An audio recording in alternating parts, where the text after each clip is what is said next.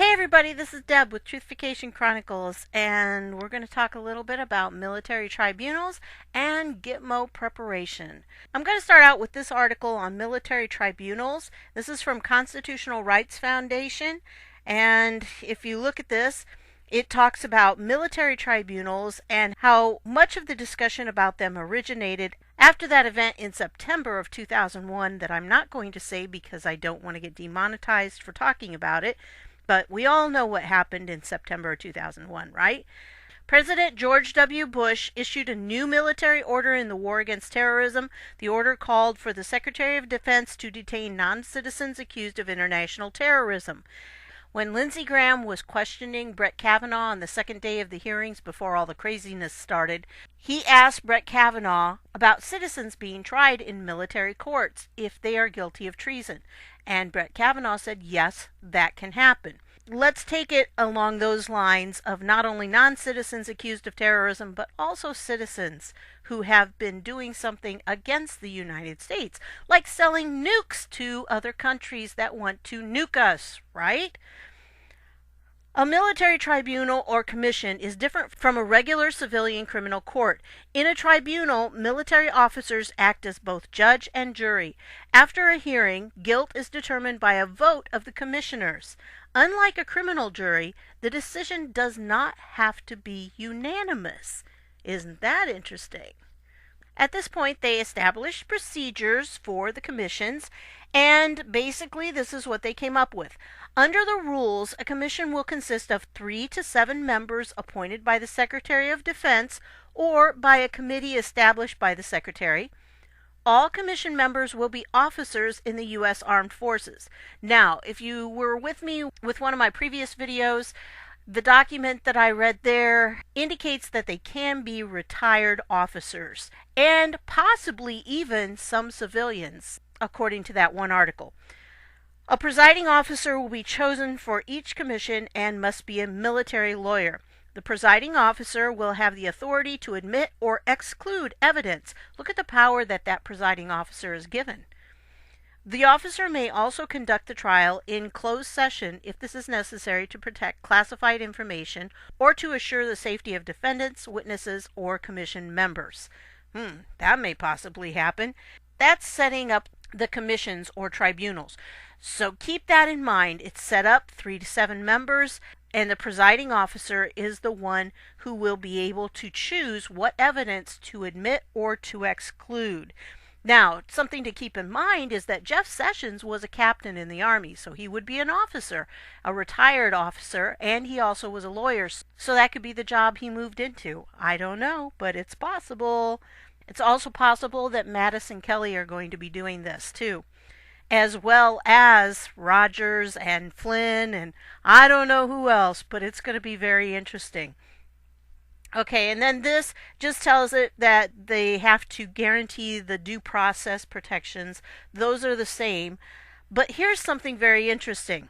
Under the procedures, however, a person can be convicted in a commission trial by a 2/3 majority of commissioners. Unanimous verdicts are not required. Look at that. That's a plus. Evidence, including previous trial testimony and written statements, will be admissible if it tends to prove or disprove the case at hand. The exclusionary rule, which keeps illegally seized evidence out of a civilian criminal trial, does not apply. Did you catch that? I mean, wow. Basically, it doesn't matter how they got the evidence. It just matters that they have it. So, let's say, for instance, one of the theories that's going around is that soccer ball that Putin gave to Trump in Helsinki, it had a chip in it, right? We all know it had a chip in it. I mean, that's legitimate. It did have a chip.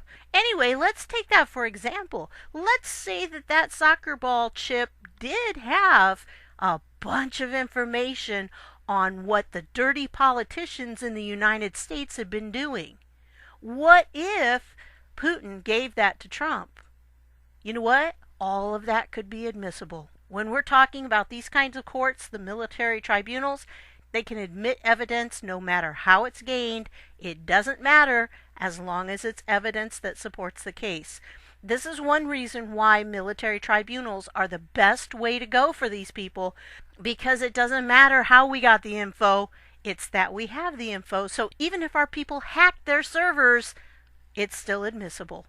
So it's kind of nice that we have this thing going on here, because they are guilty of treason, and it's going to be very obvious when all this comes out. So anyway, it goes on and it says, the procedures do not provide for appeals from a guilty verdict to civilian judges. So they can't go to civilian judges. That's out of the question. It has to stay within the military. They do, however, call for reviews of a verdict by a 3-member panel selected by the Secretary of Defense. No verdict will be final until approved by the President or the Secretary of Defense. So if POTUS doesn't approve of it, the verdict won't be final. So I'm kind of thinking this is setting things up very well. I'll leave the link to this below with all the other links, and you can read the whole article for yourself. It does raise a few questions, but I think for the most part that's what's being set up. Now, here's a reporter, Carol Rosenberg, and she works for the Miami Herald. She basically covers Gitmo. That is what she does. Guantánamo Bay is her beat. And so she's been keeping things up on Gitmo, and she says here, unsealed at the Gitmo War Court, that September big date, judge bifurcates court filing classification review procedures, orders chief clerk to send filings that do not require review to website for posting starting January 16th. Declog this system. And the ruling is over here. You can read the ruling for yourself. But basically, this guy was saying, you need to dismiss this case because I wasn't allowed to have a public trial. So he says, requesting the commission dismiss the charges, citing the government's failure to afford him a public trial. Well, now, if you've seen my video about the Gitmo Observer, that yes, you could go to Gitmo and observe. There are people from Indiana University who are in a law program that allows them to go to Gitmo, and they can observe these trials. Well, this goes on down here and says, as the defense motion concedes, the public has access to view the proceedings of this commission by traveling to Gitmo or by remotely viewing the proceedings from Fort Meade, Maryland, which I said that's what that program was all about, and I covered that in another video. While the defense claims the general public continues to face the logistical difficulty or impossibility of traveling either to a single remote viewing site or to Naval Station Guantánamo Bay, Cuba, to watch the proceedings, no evidence was submitted to support the alleged impossibility. Well, I think that's kind of a duh. Yeah, you don't really have to prove that, do you? Because it's not possible for everyone in the United States to go to Gitmo and observe these proceedings. But think about this in terms of what's coming up. Is this guy arguing for us saying, well, these all should be public. These trials down here at Gitmo should be done publicly. Wow, wouldn't that be something? Anyway, it goes on, it says, pursuant to previous orders of the commission, public access to the proceedings are available live at the Gitmo courtroom and by closed-circuit television on Gitmo and at locales in the continental United States. The government response directed the commission's attention to the Twitter feed of Miami Herald reporter Carol Rosenberg, who we just looked at, as evidence that at least one member of the media has been present for the vast majorities of the sessions of the commission and has reported events in near real time, a contention that is not disputed by the defense, is consistent with the commission's personal observations and is supported by the evidence. So what they're trying to say is, see, it's being covered by a reporter. There's always a reporter there of some kind, so it is considered a public trial. But is it really? I don't know. And if you go on and read this, it's a lot of legal speak, but it's interesting how they're trying to get all this stuff put on the website within 1 day of their filing.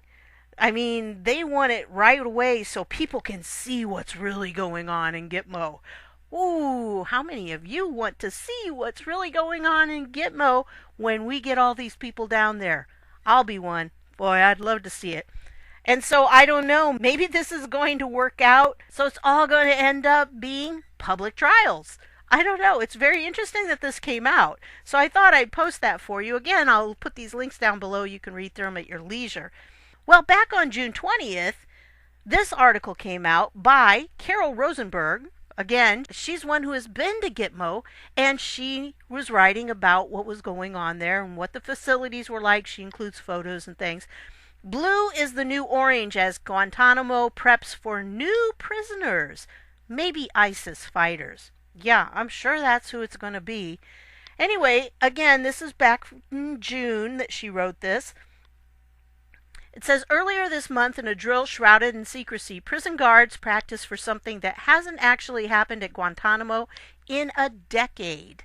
So see, this is something very unusual. They're doing this practice because they may be getting incoming prisoners. They rehearsed receiving a new war on terror detainee. Medical evaluation? Check. Notification of the International Red Cross? Check. Assignment to a cell? Check. Security and more security. Gone are the iconic orange uniforms that made Camp X-Ray infamous. The man who played the role of new captive wore white. So yeah, they've gotten rid of the orange outfits, by the way, so they're not going to be wearing orange. And that's because ISIS was putting people in orange before they beheaded them, so that's why they did that. But anyway, if you go on down here, he says, I have not been told we're getting new people. I have no order to receive new people. I've been asked some hypothetical questions about capacities and things like that, but we are not imminently expecting anybody. So that was in June, remember? And you can go through and you can see the rest of this, all the different stuff that they have in the different facilities, and they're trying to portray themselves as humane, but there's some pretty interesting things they have going on. It's an interesting article. This line right here is really important. But on January 30th, President Donald Trump revoked Obama's closure order, so the prison leadership is now making plans for 25 to 35 more years of detention, said Army Colonel Steve Gabavics, the Guard Force commander. 25 to 35 more years of detention. So, does this sound interesting? Yeah, I think it sounds pretty good. And then, look at this. Nobody at the prison will say exactly where new captives might go, but the leadership makes clear that they'll be kept apart from the 40 here now, who were brought between January 2002 and March 2008 as suspected Al-Qaeda and Taliban members. Why are they separating them? Should be interesting. Well, let's go on. There's this article that's from August 12th, and at that time, we have the 514th Military Police Company is deployed. More than 160 North Carolina National Guard soldiers from the 514th Military Police Company in Winterville left for Guantánamo Bay Tuesday, where they will be deployed in support of Operation Enduring Freedom, Gitmo. Now, it's not unusual for them to have more troops deployed to Gitmo. That's not unusual. But it does kind of seem like they're starting to beef things up down there. Here's another one. This one's from December 28th. 305th Military Police Company deploys to Guantánamo Bay. There's more than 100 of these, and they are going for a 400-day deployment, which seems like a little longer than most of the traditional 9 months that it talks about in the other articles I've read. So, yeah, this is what we've got going on. Now, of course, like I said, there's typically deployments. That's not unusual. However, this might be a little unusual. Now, I saw this on Twitter, and unfortunately, I can't give you a link to it because I clicked on it, and then all of a sudden, when I tried to get back, the Twitter updated, and I don't know who it was. I don't remember who posted it, and so I couldn't find it again. But this is, as I understand it, These are the arrivals this past week at Guantánamo Bay Airport. Check this out. I mean, this seems like a lot to me. There's quite a list here. So, I don't know. I can't tell you what's normal for Guantánamo Bay. Is this amount of traffic typical? It doesn't seem like it. It seems like an awful lot just in this week. So who knows? But I do want to dispel one myth. I've heard a lot of people saying that there have already been a lot of arrests of the upper elite people because they haven't tweeted in a few days since the 21st. Well, that's not true. I went to see their different Twitter feeds to see if that was accurate. And yes, several of them have tweeted. Obama did, Hillary did, Comey did, Brennan didn't, but then again, he seems to tweet kind of erratically anyway, so I don't know that he would necessarily tweet unless he had something specific that he was really ticked off about. So I don't think the upper level people have been arrested yet. I think they have to wait until that executive order kicks in. But it's very interesting that, remember, that court case was talking about having things on the website very quickly by January 16th. That's when they wanted to implement that. So is that kind of a target date? Is it going to happen before then? A lot of people have also been saying that the reason for this shutdown is so that Trump can do recess appointments for his judges.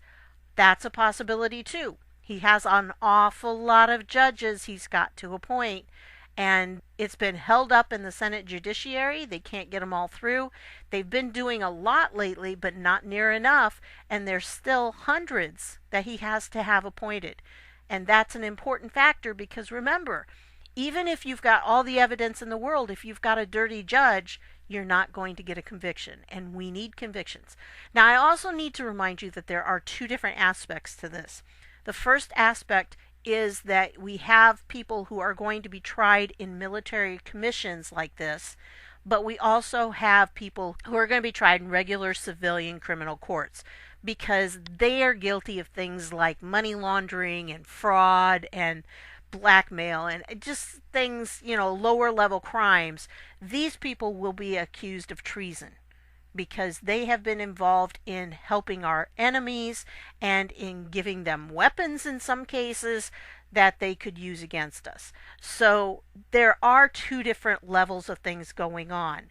And I need you to understand the difference between those two. So there are really two different kinds of indictments that will happen. So be aware of that as you're going.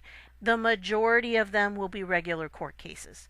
Only those at the higher levels are going to be the ones that will be taken care of through the military commissions. Okay? And the last thing I want to leave you with is this photo that POTUS retweeted.